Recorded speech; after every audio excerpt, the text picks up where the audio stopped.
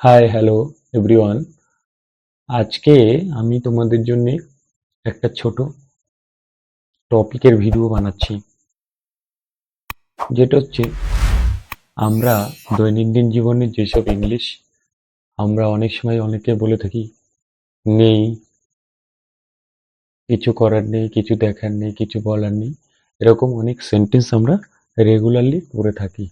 সেই সেন্টেন্সগুলো আমরা দৈনন্দিন জীবনে ব্যবহার করি কিছু ইংলিশ। যেমন হচ্ছে কিছু নেই যখনই থাকবে, সেই নেইটাকে আমরা নাথিং টু দিয়ে ব্যবহার করব। মনে থাকবে? Nothing to, nothing to plus ভার্বের বেস ফর্ম বা ভার্বের ভি1।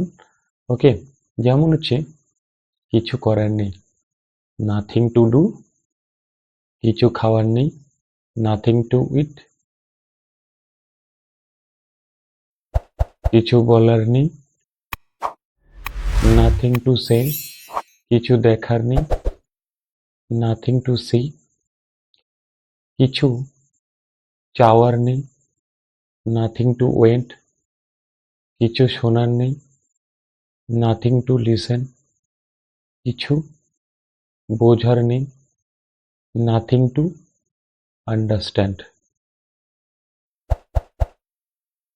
এই যে সেন্টেন্সগুলো আমি করেছি, এগুলোকে আরো তোমরা সুন্দর করে করতে পারবে। যেমন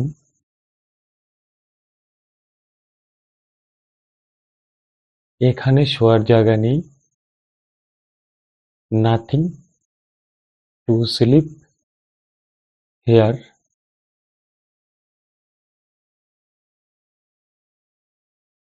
nothing to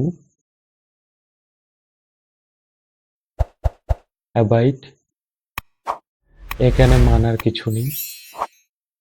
nothing to bring, এখানে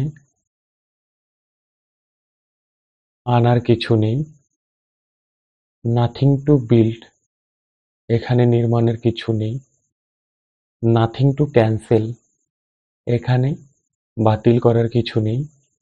নাথিং টু বাই, এখানে কিছু কেনার নাই। নাথিং টু ফাইট, এখানে মারার কেউ নেই। এরকম যে টপিকগুলো আমরা রেগুলারলি প্র্যাকটিস করে থাকি, সেই টপিকের ইংলিশ এটা। ওকে, তো দৈনন্দিন জীবনে আমরা এসব ইংলিশ ওয়ার্ড ব্যবহার করে থাকি।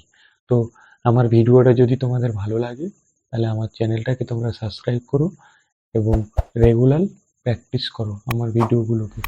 ওকে।